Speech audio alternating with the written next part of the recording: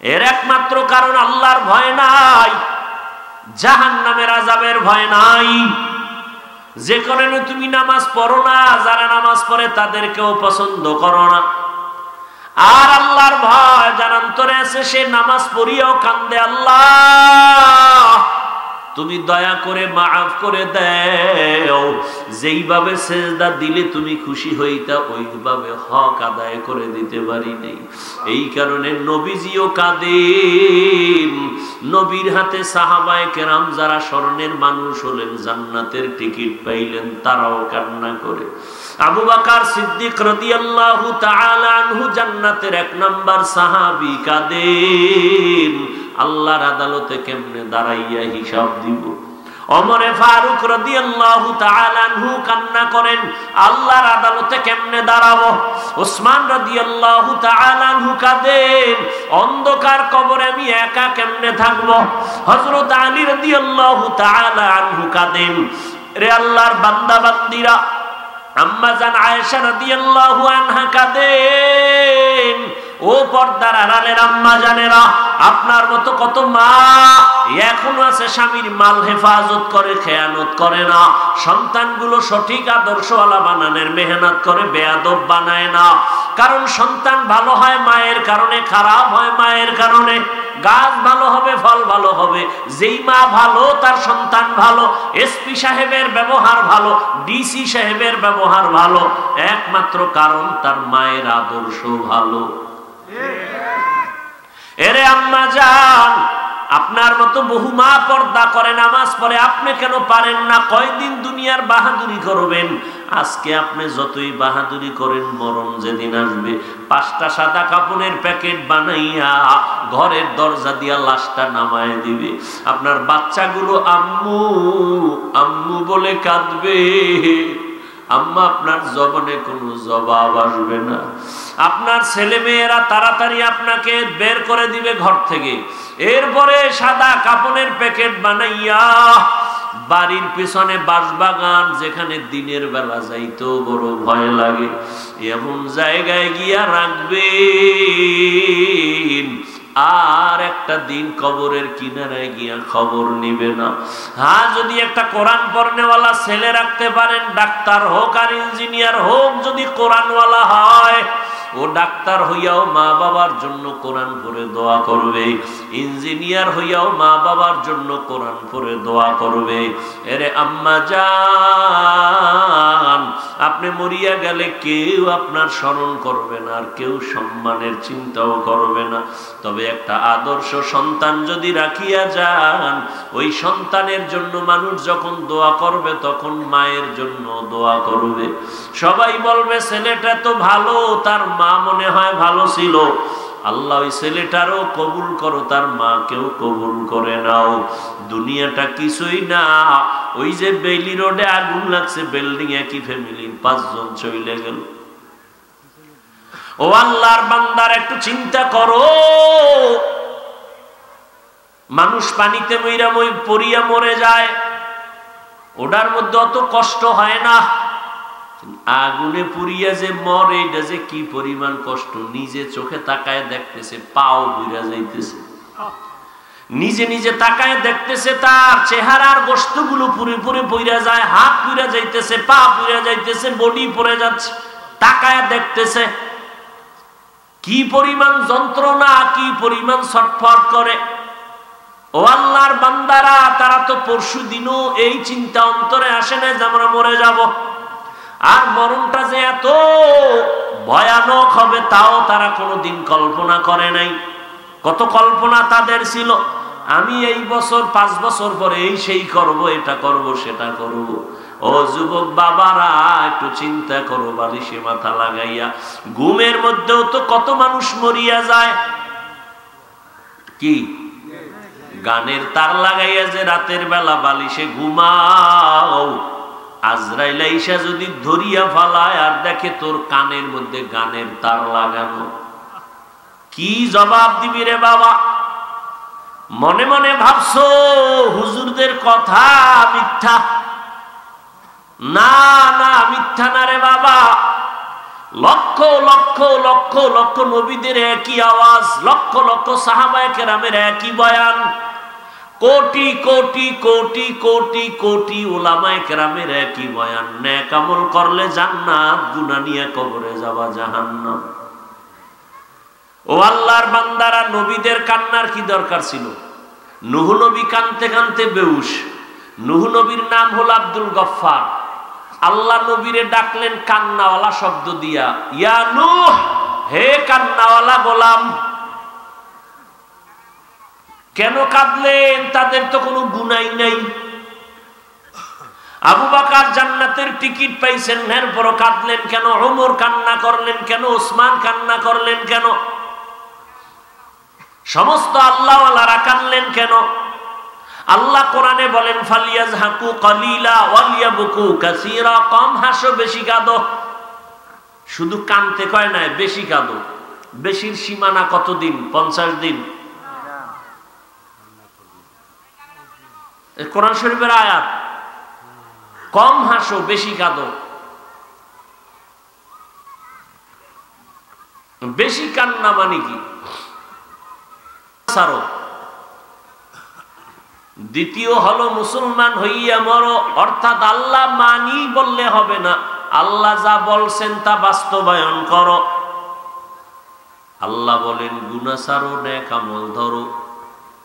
ওয়া আম্মা মান খাফা মাকামা রাব্বিহি ওয়া নাহান নাফসা আনিল হাওয়া ফাইন্নাল জান্নাতা হিয়াল মাওয়া। আল্লাহর আদালতে দাঁড়াইয়া হিসাব দেওয়ার ভয় যারা গুনাহ ছাড়বে, আল্লাহ বলেন কিয়ামতের দিন আমি তাকে বিনা হিসাবে জান্নাত দান করব।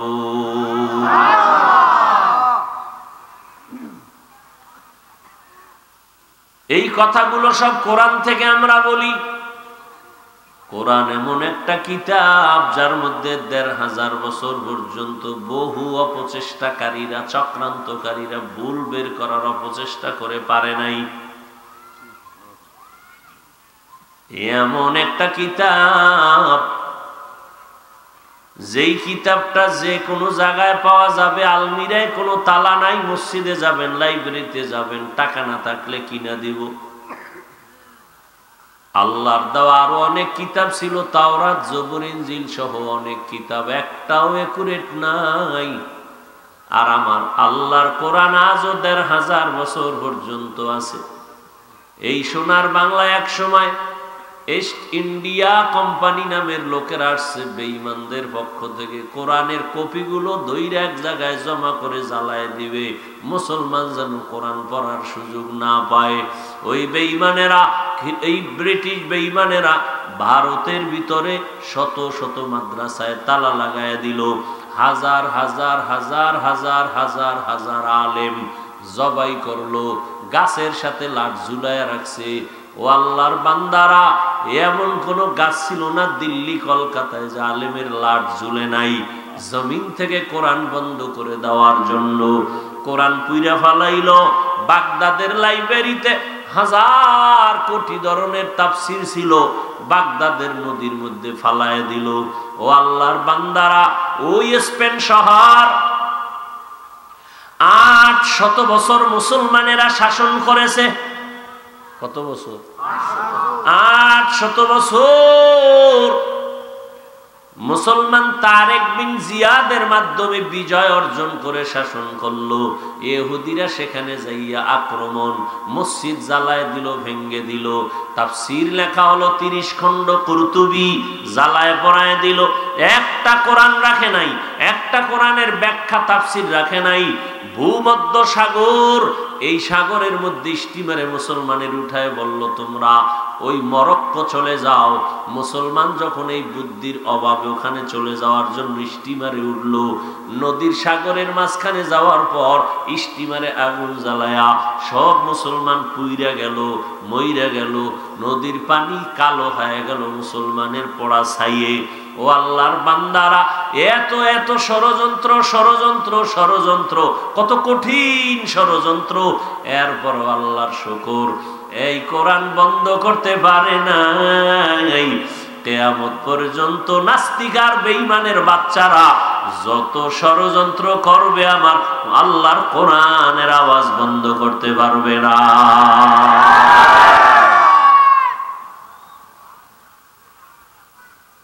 কঠিন কঠিন ষড়যন্ত্র করেও বন্ধ করতে পারছে? হাজারো লাখো আলেম জবাই করলো, পারে নাই। বরং পৃথিবীতে যত গ্রন্থ আছে একটা গ্রন্থের কোনো হাফেজ পাবেন না। আর কোরআনের এত পরিমাণ হাফেজ, 8 বছরের সন্তান 6 মাসে কোরআনের হাফেজ। ওই কোরআন সত্য এখনো আছে, আজও পর্যন্ত ভুল বের করতে কেউ পারে নাই। একটা ভুল যদি বের করে দিতে পারে, বেঈমান লাগবে না, আমরাই কোরআন জ্বালায় ফেলাম, কারণ ভুল কোরআন আমরা মানি না। আর কোরআন ভুল মানি, আল্লাহ ভুল, ইসলাম ভুল, সব ভুল। কথা বুঝেন নাই? আর কোরআন ঠিক মানি, আল্লাহ ঠিক, দুনিয়া ঠিক, আখেরাত ঠিক, কিয়ামত ঠিক, ফেরেশতা ঠিক, সব ঠিক। গুনাহগারেরা জাহান্নামে যাবে তাও ঠিক, নেক আমলওয়ালারা জান্নাতে যাবে তাও ঠিক। এই সব ঠিকের গোডাউন হলো কোরআন শরীফ। কোরআন ঠিক, সব ঠিক। অতএব আমগো কথার বাহাদুরির পুঁজি হলো কোরআন শরীফ। আপনার বিবেক যদি বলে কোরআন সত্য, তাহলে গুনাহ নিয়ে কবরে গেলে জাহান্নাম তাও সত্য।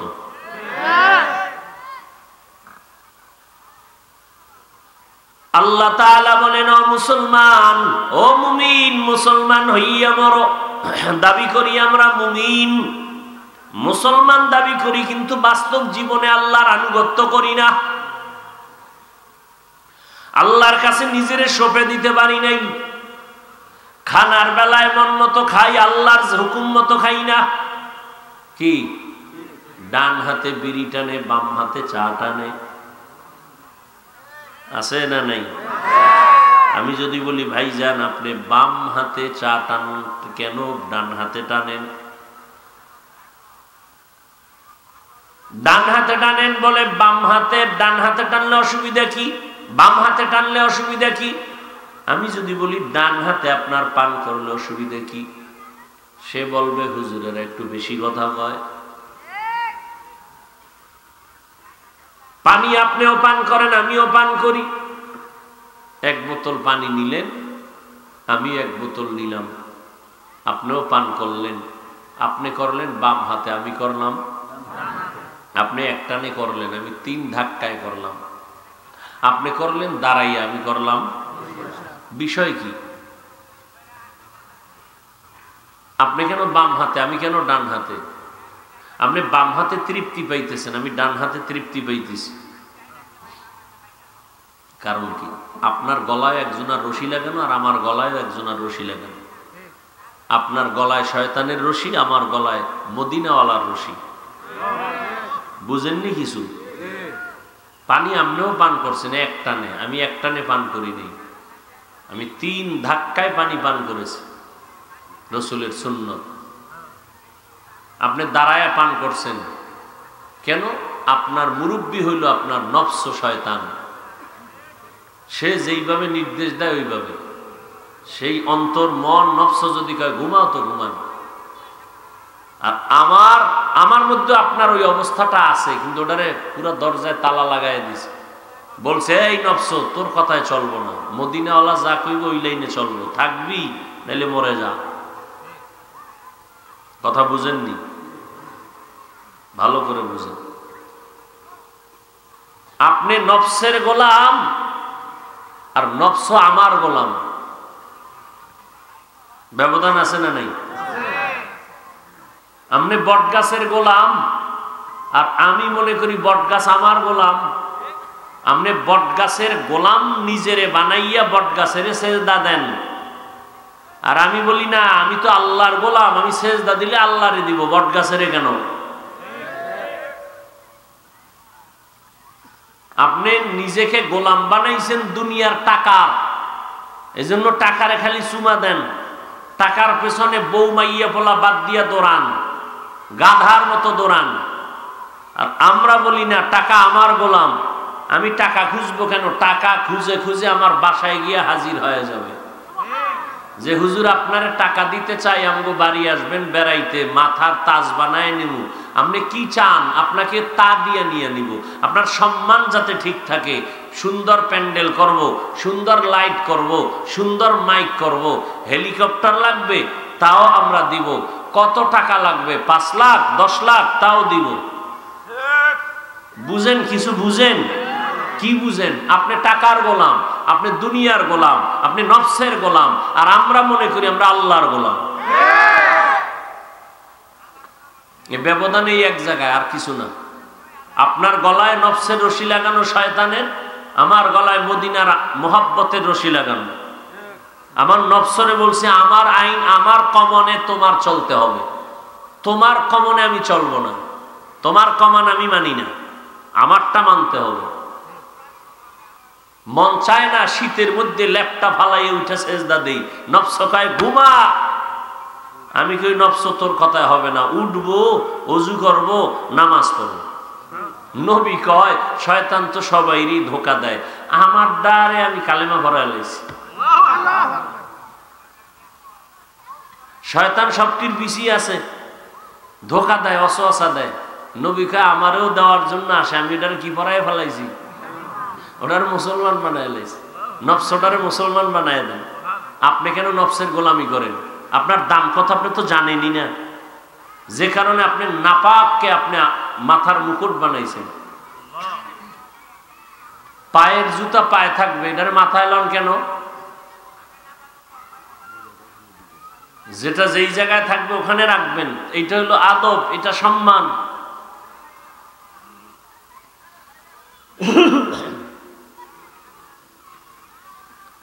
আল্লাহ তাআলা বলেন ও মুমিন মুসলমান হইয়া কবরে আসো। মুসলমান হওয়ার মানি আল্লাহর হুকুম মতো জীবন চালাও।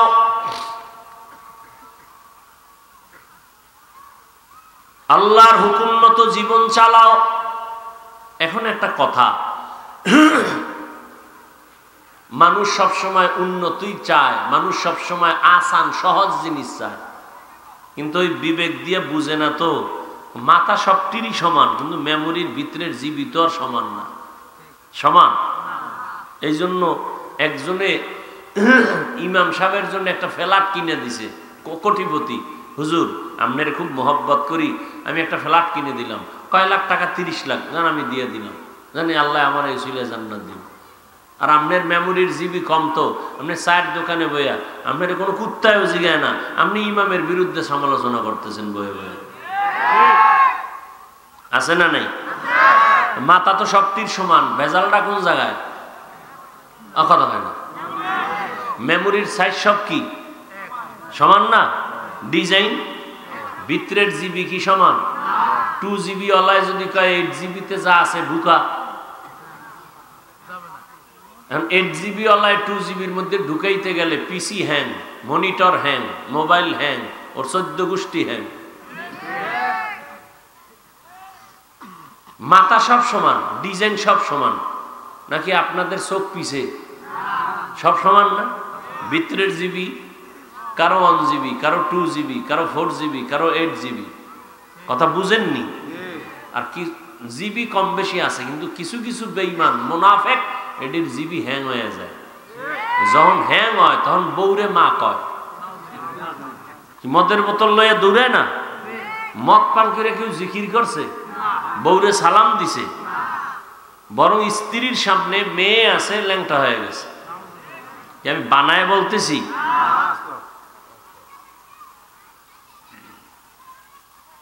জিবি হ্যাং হয়ে গেছে। আলেমরে গালি দেয়, মনে করে পুরো দুনিয়ার প্রধানমন্ত্রী হয়ে গেছে। মদ পান করার পরে চান্দি মান্দি গরম, গোটা দেশের মালিক এখন আমি। বউ কয় ঘরে তো চাউল নাই, কয় এটা তো বোতলের দোষ, আমার কি?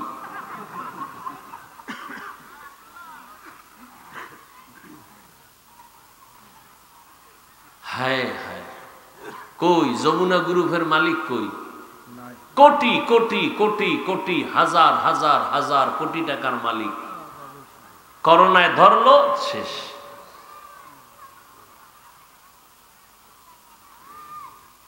কিসের বাহাদুরি? আল্লাহর ভয় অন্তরে জমা করে মুসলমান হইয়া কবরে যাও হে মুমিন। বলে মুসলমান হইতে হলে আল্লাহর আনুগত্য করো, আল্লাহর হুকুম মানতে গেলে দেখো তোমার ক্ষতি হয় কিনা। ও বাবা, আপনারা তো মনে করেন দিনের উপরে চললে মনে হয় মুসিবত, আমরা তো আপনাদের চোখের সামনেই চলাফেরা করতেছি, গোপন না। মহামারী করোনা গেল, স্কুল বন্ধ, কলেজ বন্ধ, ভার্সিটি বন্ধ, ফ্যাক্টরি বন্ধ, মিল কারখানা বন্ধ, রেল বন্ধ, বাস বন্ধ, দোকান বন্ধ, ব্যবসা বন্ধ, চাকরি বন্ধ, স্কুল বন্ধ, কলেজ বন্ধ, সব বন্ধ। ইতিহাস ভুলে যাইও না রে নিমক হারাম মুসলমান। এই জমিনে করোনায় আল্লাহর কোরআনের একটা মাদ্রাসাও বন্ধ হয় নাই। জীবী থাকলে চিন্তা করো এগুলো বিষয়টা কি। মেমোরি ঠিক থাকলে একটু চিন্তা করো। বাবায় মারা গেছে করোনায়, ছেলে লাশটারে রাস্তায় ফালাইয়া আর খবর নেয় না এটা কুত্তায় খাইছে না জানাজা হইছে। হসপিটালে বাবা অসুস্থ, কান্না করে, সন্তান দেখতে যায় না করোনা। বাবার লাশ রাস্তায় ফালায় রাখছোটা কুত্তায় খায় না জানাজা হবে, খবর নাই করোনা। আর এই শত শত করোনার লাশ আমার দেশের টুপিওয়ালারা কাঁধে নিয়া গোসল করাইয়া, কাফন পরাইয়া, জানাজা পরাইয়া কবরে দাফন করেছে। একজন টুপিওয়ালা হুজুরেরাও করোনায় মরে না। তোমারে আর কোন গজব দিয়া বুঝাইলে তুমি আর বুঝবা? তুমি এখনো মাস্ক লাগাও, এখনো তুমি মেডিসিন দিয়া হাত ধোও, তোমার ভিতরে এত ভয়। আর শত শত লাশ হুজুরেরা গোসল করায়, কাফন পরায়, দাফন দিল, করোনায় মরে নাই। চতুর্মুখী ষড়যন্ত্র চলতেছে ইসলামের বিরুদ্ধে। সব বেঈমানেরা এক। কোরআনের আওয়াজ বন্ধ করে দাও, কোরআনের মাহফিল বন্ধ করে দাও, মসজিদ বন্ধ করে দাও। কিন্তু আল্লাহর শুকুর, যাদের কাছে আল্লাহর কোরআন আছে, আল্লাহর হুকুম মতো চলি, কই আমগো তো সম্মান কমে নাই। কি কমছে? আপনি হিংসায় বইরে গেলে এটা ভিন্ন কথা, ওটা আপনার আগুনে আপনি জ্বলবেন। বাস্তব যেটা সেটা সাক্ষী দেন। আমরা টুপির কারণে আমগো মাথা খারাপ হইছে? এই যে বলেন হুজুর গো মাথার মধ্যে কিচ্ছু নাই, আমরা কি কোনোদিন মায়েরে গালি দিছি? গালি যত দুর্ঘটনা আকাম সাকাম যা সব টুপি সারা মানুষ করছে। এই যতটি বউ তালাক দেয়, একটার মাথায় টুপি আছে। তালাক দিয়ে কয় হুজুর ফতুয়া দেন তো, কি বলছিলাম রাগে মনে নেই, মাথা ঠিক ছিল না। আমি পেডারে রড পুইরা বাইরা ইচ্ছারম ফিডাই টিডাই কবি যে ভাই মাফ করে দাও, তোর যে ফিডাইছি আমার মাথাটাও ঠিক ছিল না।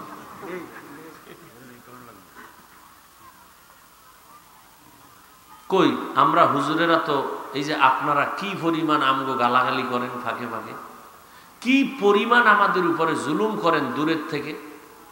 আমরা হুজুরেরা একটা বারও কি আপনাকে জবাব দিছি, গালি দিছি? বলেন, বাস্তব কথা বলেন, দিছি? বরং দেখা হইছে সালাম দেওয়ার নিয়ম আপনি আমাকে দিবেন, কিন্তু আমরা আপনাদের সালাম দেই এবং হাত বাড়াইয়া আপনাকে বুকে লাগাই। মোনাজাতে হাত উঠাইলে সবার জন্য আমরা দোয়া করি, সবার জন্য কলিজা দিয়া দোয়া করি।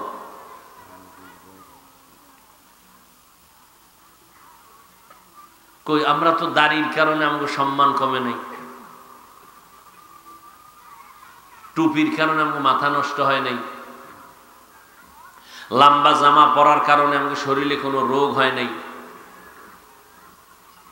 আমরা তো কোনো অশান্তিতেও নাই। হয়তো আপনি টাকা পয়সার দিক থেকে অনেক আগানো, মাসে আপনি 3-4 লাখ কামান, আমাকে হুজুরেরা 10-20 হাজার কামায়, এই তো। কিন্তু শান্তি আপনার কপালে নেই। মাইয়ার জ্বালা, বউয়ের জ্বালা, ছেলের জ্বালা, বাইরের জ্বালা, ভিতরের জ্বালা, মামলার জ্বালা, হামলার জ্বালা, শান্তি নাই। আর একজন হুজুর মাত্র 10,000 টাকা বেতন, মসজিদে আছে, তাও আবার 6 মাস বাকি। কোন হুজুর কারো বিরুদ্ধে আন্দোলন করে নাই, জুমায় কয় না আমার বেতন বাকি কেন, তাড়াতাড়ি দাও, না হয় আসর থেকে সূরাগুলো উল্টা পড়া হবে।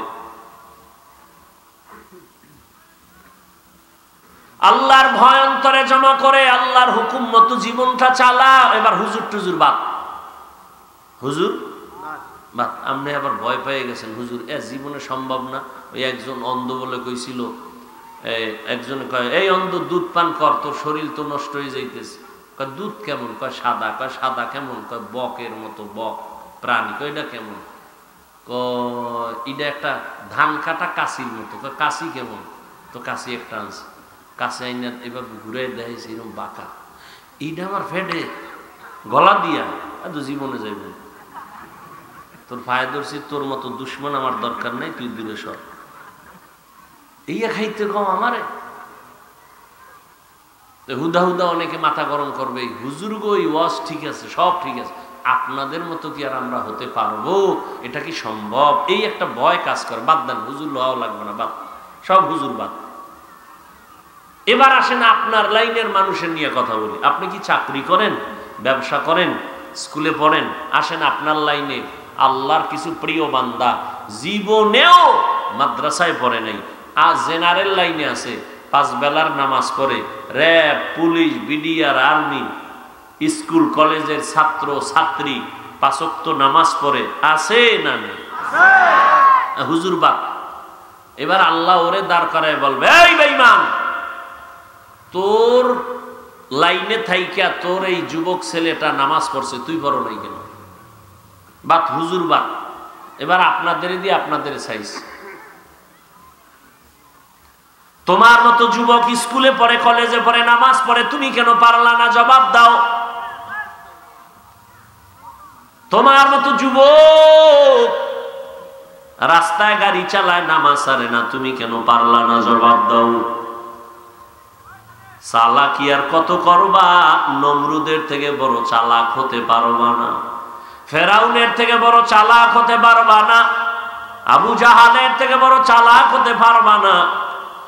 কিন্তু ওদের অবস্থা কি হালাত? তোমার মতো যুবক নদীর মধ্যে মাছ ধরে, নৌকায় বসে নামাজ পড়ে, জমিনে কাজ করে, গামছা বিছাইয়া নামাজ পড়ে, নামাজ ছাড়ে না। জেনারেল লাইনে বহু চাকরিজীবী আছে, 1 টাকাও হারাম খায় না, নামাজ ছাড়ে না, ডাক্তার, প্রফেসর, ইঞ্জিনিয়ার আসেনি? ওরা পারলে আমি পারি না কেন? বাস, মনের প্রশ্ন।